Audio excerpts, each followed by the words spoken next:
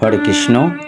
কিভাবে জড় আসক্তি থেকে আমাদের সর্বনাশ হয়, আমরা কিভাবে সর্বনাশ ডেকে আনি আমাদের নিজেদের, তা শ্রীমদ্ ভগবদ্ গীতার 2য় অধ্যায়ের 62 এবং 63 নং শ্লোকে ভগবান শ্রীকৃষ্ণ অর্জুনকে বলেছেন, ধ্যায়তে বিষয়ান পুংস সঙ্গেস্তে সুপজায়তে সঙ্গত সঞ্জায়তে কাম কামাৎ ক্রোধ অভিজায়তে ক্রোধাৎ ভবতি সম্মোহ সম্মোহাৎ স্মৃতিবিভ্রম স্মৃতিভ্রংশাৎ বুদ্ধিনাশ বুদ্ধিনাশাৎ প্রণশ্যতি।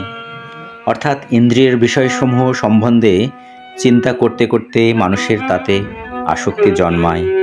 আসক্তি থেকে কাম উৎপন্ন হয় এবং কামনা থেকে ক্রোধ উৎপন্ন হয়। ক্রোধ থেকে সম্মোহ, সম্মোহ থেকে স্মৃতিবিভ্রম, স্মৃতিবিভ্রম থেকে বুদ্ধিনাশ এবং বুদ্ধিনাশ হওয়ার ফলে সর্বনাশ হয়। অর্থাৎ মানুষ পুনরায় জড়জগতের অন্ধকূপে অধপতিত হয়। অর্থাৎ এভাবেই আমরা ইন্দ্রিয় বিষয়ের আসক্তি থেকে আমরা আমাদের সর্বনাশ ডেকে আনি এবং আমরা পুনরায় আমাদের কর্মফল অনুযায়ী মায়ের গর্ভে আবার জন্মগ্রহণ করি। কিন্তু সেটা যে মনুষ্য জীবন লাভ করতে পারবো তার কোনো নিশ্চয়তা নেই।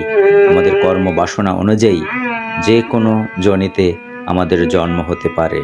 তাই এই জন্ম মৃত্যুর চক্র ছেদন করতে হলে আমাদের সবসময় কৃষ্ণ স্মরণে থাকতে হবে। আমাদের এই কামনা বাসনা ত্যাগ করতে হবে, জড় আসক্তি ত্যাগ করতে হবে।